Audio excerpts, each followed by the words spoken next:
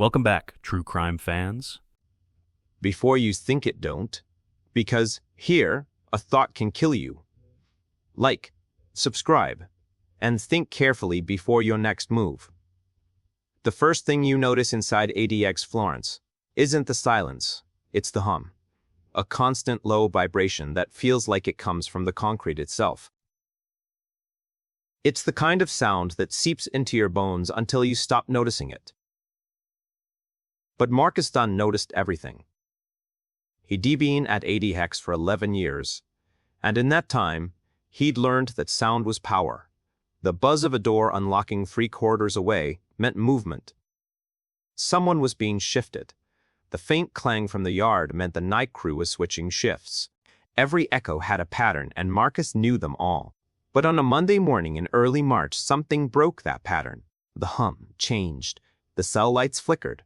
Once, twice, and then steadied. To anyone else, it would meant nothing. But to Marcus, whose world was 12 feet of steel and concrete, it was a signal. Someone was testing the system. Someone was thinking about escape, and in ADX Florence, the Alcatraz of the Rockies, that thought alone was treason. Marcus wasn't always the kind of man who paid attention to details. Before ADX, he'd have been a logistics manager for a trucking company in Chicago, and a quiet one too. Then, a DEA bust had turned his life inside out. Trucks under his name. Shipments laced with more than grain, he'd claimed ignorance. The court hadn't believed him. He landed in Florence after an inmate at Leavenworth called him a snitch. One knife fight later, the Bureau labeled him security risk, high assault potential. Now his only human contact was a voice through an intercom and the distant echo of other men losing their minds. But Marcus had something most it: control. Every morning he did 500 push-ups, read 3 pages of the Bible, then wrote a single line in a small illegal notebook hid, made from meal slips and stolen pen ink. He wasn't writing about freedom. He was writing about control, the only kind left to a man entombed in soundproof concrete. On that March morning, the flicker came again. Then a hum in the ventilation. 2 seconds longer than usual. Marcus sat upright on his concrete bed, pulse steady. ADX was a machine. If you listened long enough, you could hear its gears turn. Someone somewhere was forcing it to skip a beat. He tapped 3 times against his wall, a slow, coded rhythm inmates used when they thought the cameras were blind. Nothing came back. He tried again, still silence.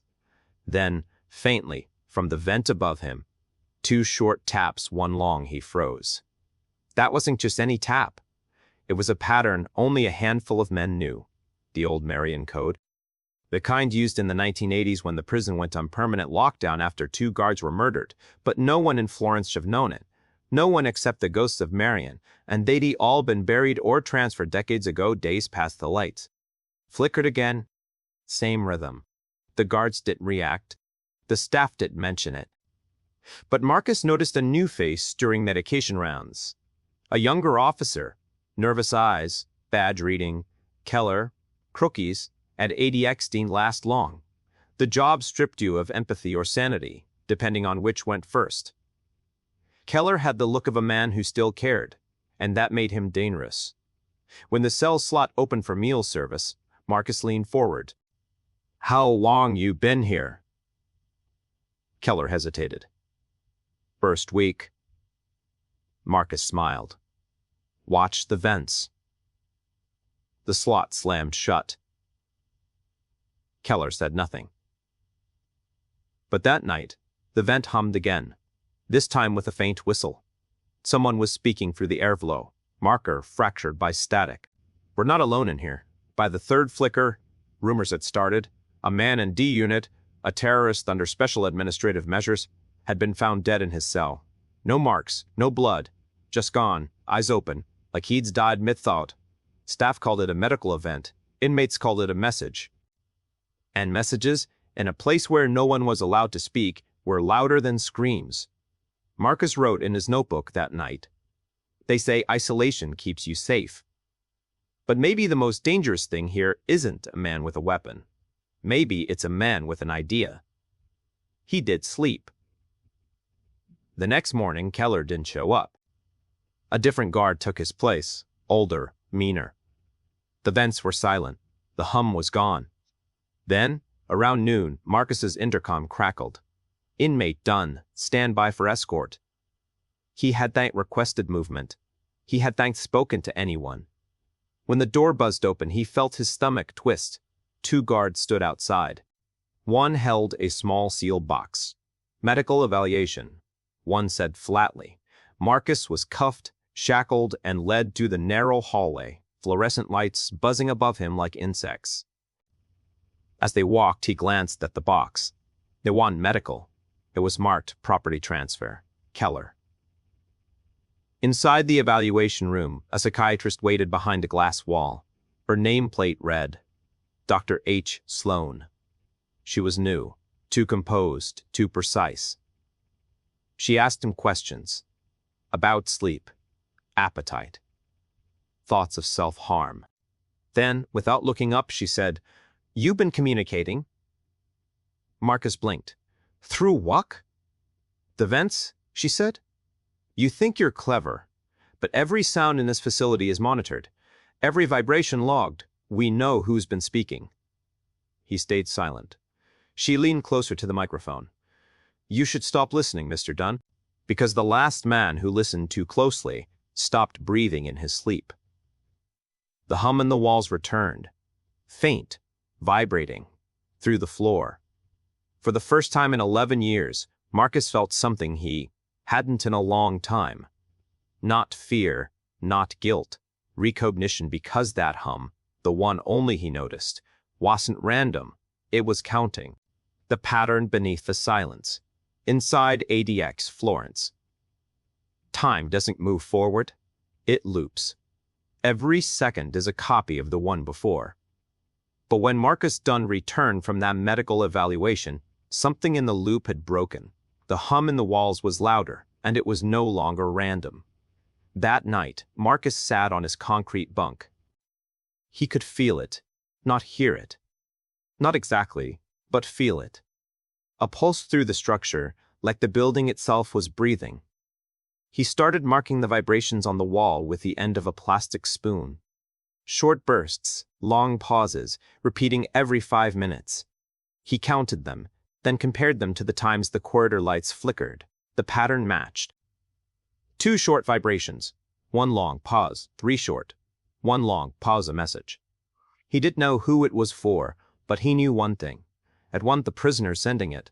It was coming from the control room. Days passed. The guards avoided eye contact. The intercom, once full of distant chatter, was silent. Even the routine checks, heartbeats of the prison, became irregular. Marcus tested his theory. During his next yard rotation, he looked up at the surveillance tower. A red light blinked on the far corner. Faster than usual. He took a slow step to the right. The light tracked him. Someone was watching only him. When he returned to his cell, his Bible was gone. In its place lay a small, folded note, written in block letters. Stop counting. No name, no handwriting, just the command. Marcus sat down and laughed under his breath. He noticed, which meant he was right. The hum wasn't an accident. Keller's death, or disappearance, still gnawed at him. Marcus remembered the younger man's eyes, restless but alive. He replayed their brief exchange in his head, watched the vents. Maybe Keller had not been naive. Maybe he'd found something. Marcus tore the corner of his mattress, pulled out his hidden notebook, and began connecting numbers to the vibrations. If the homes were a code, they had to correspond to something measurable. Maybe cell blocks, maybe shifts. After 6 hours, he noticed a correlation. The pattern repeated every time a prisoner in H unit, the one reserved for special administrative measures inmates, was moved or restrained. ADX Florence most restricted section, the one nobody ever talked about. The one Keller had been assigned to monitor by the end of the week. Marcus knew he was being set up. The guards walked by slower, longer. His meal trays came lukewarm. He wasn't on the movement schedule. The prison was isolating him further. And at ADX, that meant one thing. Prelude to transfer. The only question was, where? At 3 a.m., the hum changed pitch again, this time sharper, higher. Marcus pressed his ear to the concrete. It was coming from below. He dropped to the floor, pressed his face to the drain, and listened.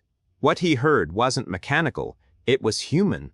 A voice, muffled, rhythmic, counting slowly, methodically. 1, 2, 3. Marcus froze. It wasn't random. It was counting his own markings, was listening back. The next morning, when breakfast arrived, he found another message under his tray. This one handwritten, shaky, but deliberate. You're close. Don't stop. He flipped the tray over. No cameras had caught the exchange, which meant whoever left it had access, a staff member. But which one? Over the next few days, Marcus changed his strategy. He stopped reacting. He did his routines as usual, push-ups, reading, writing. He acted obedient. The guards relaxed.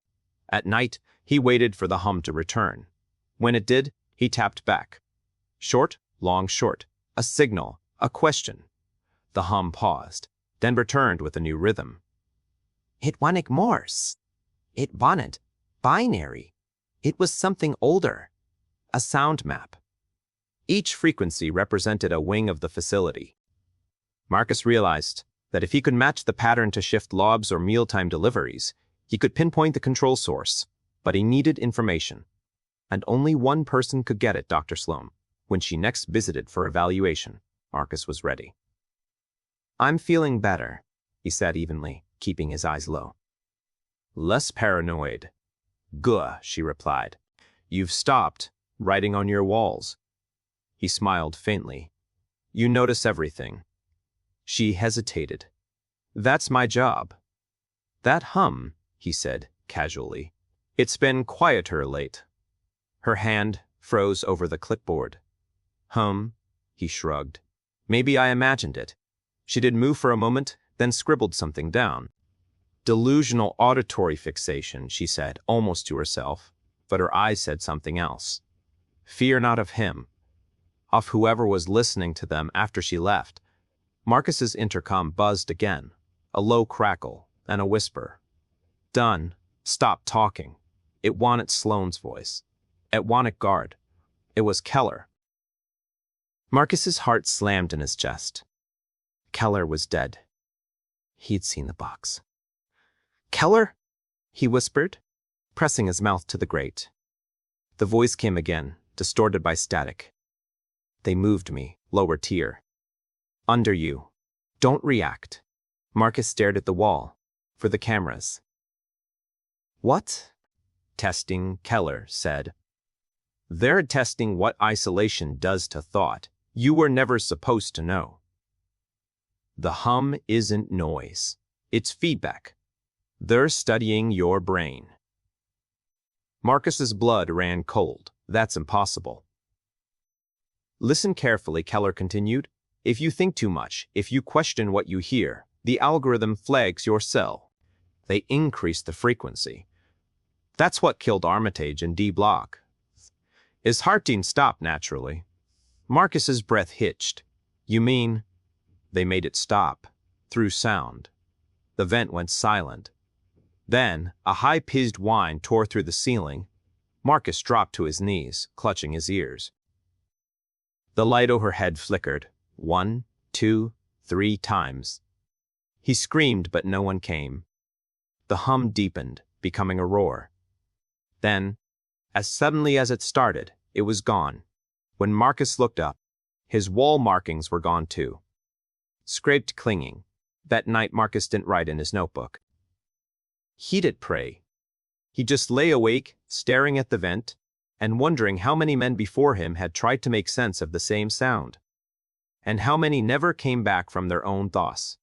Because in ADX Florence, the most dangerous thing you can do isn't to fight or speak or even dream. It's to think. When Marcus awoke, the world was wrong. The light in his cell wasn't the usual sterile white. It was dim blue, pulsing faintly as if synced with his heartbeat. His ears still rang from the night before. The vent was quiet, too quiet. No hum, no vibration. Just silence, Thick, heavy, unnatural. His vision swimming. The note on the wall, "Stop thinking," was gone. In its place, a faint outline of handprints, smeared with something dark and chalky. His own, that's when he realized he, Oben, moved. The number scratched on the back of the sink wasn't 214 anymore. It read H-01. He was in H unit, the deepest, most restricted section of ADX Florence, the one built for special administrative measures, for prisoners the government wanted forgotten. For the first time in years, Marcus felt fear. Real fear. The cell was different. Smaller. Soundproof. The intercom light was dead. Even the air felt thicker, like the oxygen had been rationed. There was no window, no slot for meals, just a mechanical hiss once every few hours as a tray slid out of the wall like a feeding system in a lab. When he spoke, his own voice came back to him, flat, hollow. There was no echo. He wasn't supposed to hear anything. That was the point. Hearts bled into each other. The silence grew louder, pushing against his skull-like pressure underwater. His thoughts began to fragment. He tried humming, just to prove he still could, but his voice sounded like someone else. He tapped the wall. Nothing came back. He screamed. The air swallowed the sound whole, and then from nowhere, a click metal on metal. Behind the wall, he froze. Sound came again. Deliberate, controlled. Not random like the hum before. He moved closer, pressed his ear against the concrete and whispered. Keller. A pause then. Tap, tap, pause, tap, not Keller. But someone alive. Over the next few days, Marcus and the unseen voice built a system, a code made of taps and pauses. The stranger said his name was Fisher, a former engineer from a defense contractor. He claimed he wasn't supposed to be there either. "They don't kill you in Asianate," Fisher's coded message said. "They rewrite you." Marcus didn't understand until Fisher explained. The hum wasn't just noise, it was a neural conditioning experiment. ADX had been fitted with sound frequencies designed to influence cognition. They'd have been testing it for years, starting in Marion, perfecting it in Florence. Each frequency pattern corresponded to different psychological effects: compliance, paranoia, aggression, despair. The Bureau used inmates as data points, tweaking signals cell by cell, monitoring responses through biometric sensors hidden in the beds and walls. The hum trains the mind to obey, Fisher tapped out. But silence breaks it. That's why Marcus had been moved. Hedo resisted the conditioning. His thoughts, his pattern of thought, had deviated. And now they were going to erase it. He needed to find a way out, or at least a way to make the world know what was happening. But how do you escape the most secure prison in America when even your words can be used to track your thoughts? Then came the test. The lights turned red. The temperature dropped. Through a hidden speaker, a calm female voice filled the cell. "Prisoner 01843. Please describe the thought you had before sleep." Marcus froze. "Who is this?" Silence. Then the same voice again, identical, as if pre-recorded. "Describe the thought." He swallowed.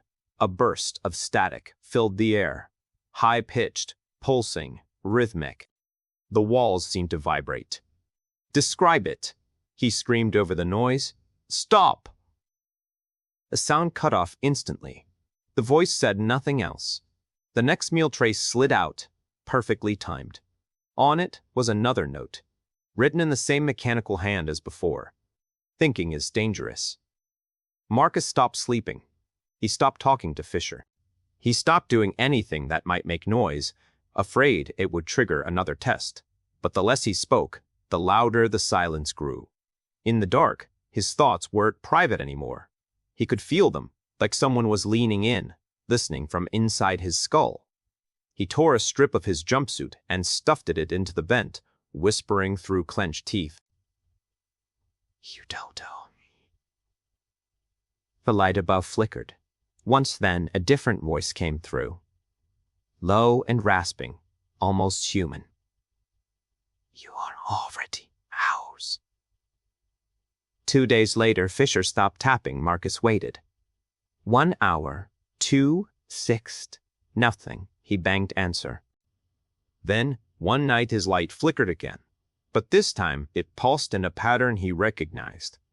The same rhythm as the hum from weeks ago, but slower, deliberate, personal. 3 short, 1 long. Pause. 2 short Keller's pattern. He stumbled to the wall, tears stinging his eyes.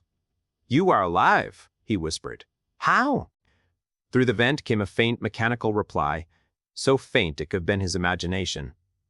They can't kill a thought once it's loose. The next morning, guards in black riot gear arrived at his door. No insignia, no names.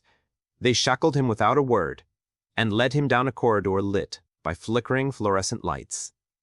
He saw the sign. Continual research access restricted. They placed him in a chair bolted to the floor. Electrorays clamps to his head. A red light blinked overhead. A man in a lab coat stood behind a glass partition. He didn't look like a guard or a doctor, more like an observer. Mr. Dunn, he said through the intercom, you've been part of a very important study. You've shown remarkable resistance. Marcus's heart pounded. You're torturing people. The man smiled faintly. We're improving them. Then he pressed a button. A sound ripped through Marta's skull. Not a hum, not a tone, but something between them. It tore through thought, memory, everything. He felt his consciousness fracture, splinter into static. When it stopped, the man leaned closer to the glass. Tell me your knave. Marcus opened his mouth, and nothing came out. The man nodded. Perfect.